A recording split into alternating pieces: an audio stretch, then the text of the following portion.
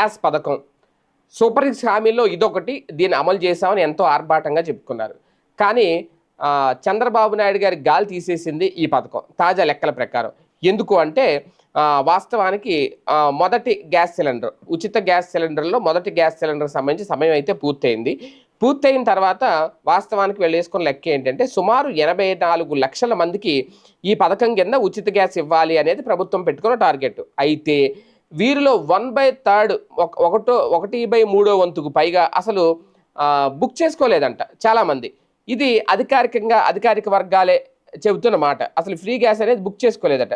ఎందుకు అంటే ఇక్కడ కీలకమైన అంశం ఏంటి అంటే 7 లక్షల మందికి పైగా వినియోగదారులకు ఇప్పటికీ తొలి దశకు సంబంధించిన సొమ్ము ఏదైతే ఉంటుందో రాయితీ సొమ్ము వారి ఖాతాల్లో పడలేదట.